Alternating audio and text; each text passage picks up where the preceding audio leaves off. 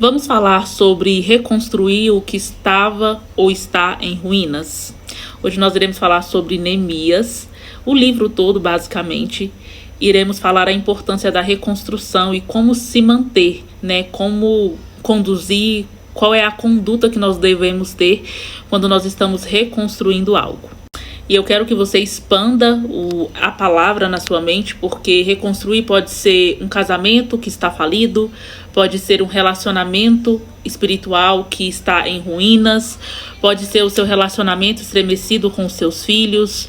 Então, assim, expanda bem a sua mente aí, para que você entenda o peso de reconstruir, a responsabilidade disso e qual a conduta que você deve ter durante todo esse processo de reconstrução, de restauração. Neemias, Esdras e Zorobabel foram reconstrutores, homens líderes para reconstruir os muros, levantar as portas de Jerusalém, que foram destruídas na época da Babilônia. E durante uma reconstrução, uma restauração, você vai encontrar oposição, recursos limitados, você vai ter que lidar com a oposição de quem não quer que aquilo que é tão belo ou aquilo que é tão precioso na sua vida volte a funcionar, volte a ter vida. E Zorobabel, Neemias, Esdras, eles representam na nossa vida a conduta de pessoas que estão dispostas a reconstruir, a restaurar histórias quebradas. E não só talvez um casamento quebrado, uma relação com os filhos quebrado, mas talvez a feminilidade quebrada, a sua doçura que um dia foi quebrada, a ausência da paternidade, tudo aquilo que foi quebrado em você, que precisa ser reconstruído, que precisa ser restaurado. Fica aqui que a gente precisa conversar. E provavelmente você que está aqui me assistindo seja o líder dentro do seu lar, dentro do seu trabalho, dentro de algum sistema que o Senhor quer levantar para restaurar a presença dele, para restaurar uma vida de acordo com os padrões bíblicos, com a palavra de Deus. Porque sempre em tempos de ruína, sempre em tempos de caos, sempre em tempos de destruição, o Senhor vai levantar líderes, ou sacerdotes, ou reis, mas ele vai levantar alguém para liderar. E talvez a líder aí seja você. Eu fui uma. Você não irá fazer essa obra sozinha. Se o seu coração estiver disposto, em obediência, em temor e também em intencionalidade daquilo que você quer restaurar em Deus. O Senhor sempre vai enviar o Espírito dele, porque sem ele nada nós podemos fazer, não é verdade? Então não é pela nossa força, é pelo Espírito, pela obra do Espírito. Até porque em uma reconstrução, em uma restauração, o cenário é de entulho. O cenário não é glamuroso, não é confortável. É entulho, é sujeira, é bagunça, é desordem, é confusão. Então você precisa estar disposta. A primeira coisa que você precisa orar a Deus e pedir é: Senhor, me dê disposição para restaurar aquilo que precisa ser restaurado. Sabe, tampar as brechas que precisam ser tampadas. Me dê sabedoria, me dê força, sabe? Me dê também recursos, Me dê recursos para que eu conclua essa obra a partir do teu Espírito. Porque se uma coisa que a oposição, que é o nosso inimigo, vai tentar de todas as formas, é nos cansar. Então ele sempre vai trabalhar muito forte para trazer um cansaço emocional, psicológico, para tirar o ânimo, que você precisa ter para executar essa obra, que é a restauração. Como eu disse, você pode abranger isso para o seu casamento, para a sua vida, pessoal. Por quê? Porque hoje, com tudo que tem acontecido, com a expansão da internet, das redes sociais, nós vemos que a maioria das mulheres, homens também, estão em ruínas emocionais, espirituais, psicológicas. E dentro da sua casa, talvez existam pessoas como seus filhos ou seu marido que estejam vivendo essas ruínas. E alguém precisa começar a restauração disso. E Deus está contando com você. Porque Deus, ele ainda levanta homens e mulheres para recomeçar onde outros desistiram, ou onde outros não conseguiram, porque tentaram fazer só. Mas com ele você consegue. Quando Neemias, Zorobabel, eles começam a lançar os alicerces para reconstruir, né, Jerusalém, a primeira coisa que eles encontraram foi oposição, foi mentiras, foi tentativa de engano, foi sabotagem, tudo que o inimigo, né, para não deixar eles concluir aquela obra, puderam fazer para prejudicar, eles fizeram. E a obra foi, por um tempo, momentaneamente, parada. E aqui tem uma chave, porque muitas das vezes nós estamos rompendo em algumas coisas, começamos a fazer algumas coisas, a gente começa a ver as coisas andando e de repente elas travam. E aí você acha que aquilo, isso não é de Deus, não foi Deus que me chamou, quando na verdade é o contrário, é o excesso de resistência pela grandeza que aquilo está se tornando.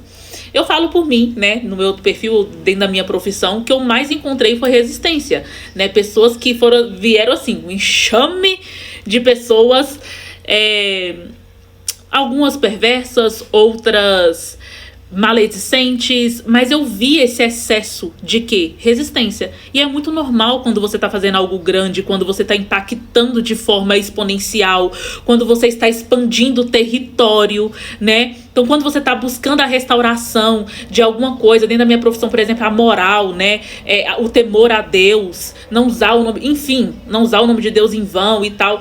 Quando você começa a fazer coisas grandes para Deus, a resistência vem na mesma proporção. Na verdade, às vezes até maior. E o que você não pode, em hipótese alguma, é ter como opção parar. Retroceder. Não vou mais continuar. Não. Se a pressão tá vindo, minha filha, bota a pressão mais forte ainda. Se o inimigo se levanta contra você, dobra a oração. Dobra mais os joelhos. Potencializa mais o tempo de jejum. Santifique-se mais, leia mais a palavra, estude mais sobre. Não é retroceder, não é parar, não é deitar, né, em posição fetal e chorar. Não é assim que você bate de frente com o diabo, não é assim não.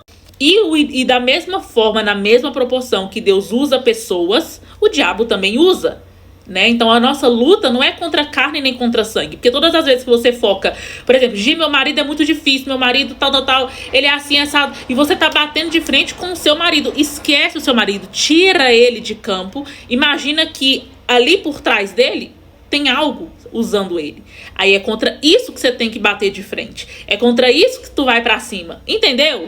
Porque toda obra que está alinhada à palavra de Deus, se você está lutando pelo seu casamento, se você está lutando pelo bom relacionamento com seus filhos, se você está lutando por aquela empresa, né, que está por um fio, mas você sabe que através dessa empresa Deus vai fazer grandes coisas em campos missionários, se você está lutando por ter um relacionamento familiar, né, harmonioso, em paz, isso é de Deus. E toda obra de Deus vai encontrar resistências gigantescas, principalmente quando você se coloca à disposição de bater de frente. E essa estagnação, às vezes ter que parar um pouco, parece que estagnou ali, não é a ausência de Deus, é só a resistência que tá vindo com força. Respira, sabe? Se coloca no eixo e vai pra cima de novo. Então o que a gente precisa aprender aqui? Primeiro, ânimo. Tenha ânimo. Segundo, perseverança. Persevere, mesmo quando tudo está dizendo não, mesmo quando tudo está indo contra, mesmo quando parece que não tem jeito, persevere, até que o Senhor te dê uma outra palavra. Se ele falar pra você assim, não, pode parar e não mexa mais com isso, beleza. Mas enquanto você não ouviu isso da palavra, da boca de Deus, persevere. O Espírito Santo, ele não arrega pro nosso inimigo, entende? Ele vai vir um contra-ataque, o inimigo, ele vem com um contra-ataque, ele vem atacando, mas isso não quer dizer que Deus nos abandonou. Parar por um momento não quer dizer desistir. Então assim, mas continua. Para quando for necessário, mas depois continua. O que você não pode é desistir, persevere. Continue lutando por isso, que você acredita que é do Senhor, que Ele tem para sua vida. Existem muitas coisas na nossa vida que nós olhamos e parece assim, impossível. Impossível aquele casamento voltar a ter aquele mesmo amor do início. Impossível eu voltar a ter o mesmo zelo pela palavra de Deus que eu tinha quando eu iniciei. É impossível, depois de tanto tempo, talvez não criei meus filhos da melhor forma e hoje eu vejo os meus filhos desviados ou sem conhecer a Deus e hoje eu conheço e como que eu vou, né? Porque quando você já cria dentro da igreja, os filhos já não é fácil. Imagine quando você não cria, né? Não cria eles ensinando, inculcando a palavra do Senhor. E às vezes você ora e pensa assim, cara, é impossível. E é, pra você, pra mim, que somos seres humanos. Mas para Deus nada é impossível, nada, nada, nada. Eu creio poderosamente no poder da oração. Eu já vi o Senhor agir de formas, às vezes, né, nem todas, mas instantâneas, pelo poder da oração, pelo poder da fé. Então, quando nós temos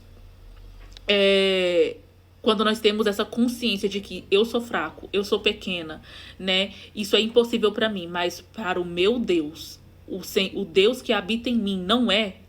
Tudo muda. E é por isso que o Senhor declara: não é por força e nem por poder, mas pelo meu Espírito. E pelo Espírito dele, nós podemos todas as coisas. Nós conseguimos continuar perseverando, nós não iremos esfriar. Pelo poder dele, nós continuaremos, né? Com os olhos fixos nele, que é o autor de tudo, da vida, que pode transformar todas as coisas, que pode restaurar, que pode reconstruir aquilo que está em ruínas. Porque a reconstrução de vida, a reconstrução de famílias, a reconstrução de relacionamentos, a reconstrução de uma vida espiritual santa perante Deus não depende do seu talento, não depende daquilo que você pode fazer, mas somente pelo Espírito. Isso é uma obra da graça de Deus, não uma obra nossa, não daquilo que nós podemos fazer. Nós não podemos fazer nada, mas pela graça, pela misericórdia, pela bondade dele, nós conseguimos. Então pare de tentar produzir pela força do seu braço, sabe? Pela sua persuasão humana, aquilo que só o Espírito Santo pode gerar dentro do seu próprio coração, no coração dos seus pais, do seu esposo, dos seus filhos, do seu patrão. Só ele pode gerar, você não.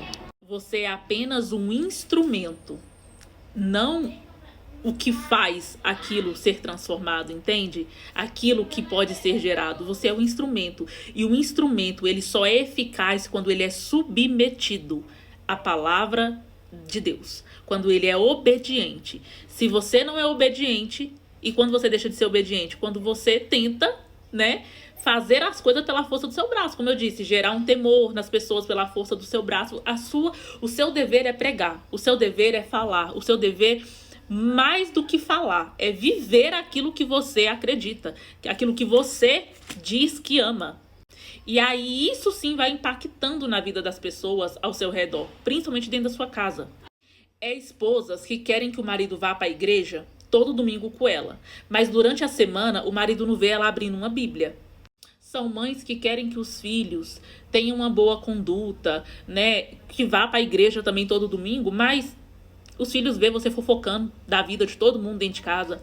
Vê você falando mal de pastor dentro de casa. Vê você falando mal de líder dentro de casa. Não vê você também orando. Não vê você adorando. Você não cuida da sua casa direito. Você é uma porca cebosa. Aí como que você quer que o seu filho seja cheio do Espírito Santo se você ainda não é? E você acha que só ir para a igreja resolve todos os problemas. Jogar o menino lá na salinha lá e tá bom. Começa dentro de casa. Reconstrução é de alicerce dentro do lar, entendeu? Não é para ficar bonito por fora, é para ter resistência, para ter, como é que fala? Base, né? Para ter estrutura dentro. Ontem o pastor Cleidson, ele pregou sobre o Natal e ele falou algo lá, né, que é muito real, a colaboração. Então são esposas que não colaboram com os maridos não colaboram com as esposas, os filhos não colaboram com os pais e fica difícil essa obra ser concluída. Então precisa haver a colaboração, mas primeiro, quando ninguém está colaborando, Deus vai levantar um líder. E é o posicionamento desse líder, a fé, a perseverança, a obediência, que vai contaminando os outros ao redor a ter o mesmo posicionamento, a ter a mesma conduta. Então, o que eu disse, tem muitas mulheres, né? Eu falo aqui para as mulheres, que elas elas imaginam, sonham com um tipo de marido que elas não conseguem ser como esposas. Fica difícil. Então, esse momento, esse período onde Deus te chama e que há uma resistência de fato, há um cansaço um pouco maior, mas quando ele te chama, é sozinha mesmo que você vai começar, entende? Talvez de início a sua família não venha, os seus filhos não entendem, o seu marido não entende, mas o seu posicionamento, a sua conduta, a sua perseverança, a sua fé, a sua mudança, a sua metanoia vai tocar eles. E é aí que Deus age, nesse impossível, que é onde você não pode, mas a sua parte você está fazendo. Aí Deus vai gerando neles, porque é aquilo, né? O exemplo arrasta. Então, se você não dá exemplo, fica difícil demais. Difícil. Para reconstrução, para restauração, para colaboração, você precisa ser o exemplo. O líder tem que ser o exemplo.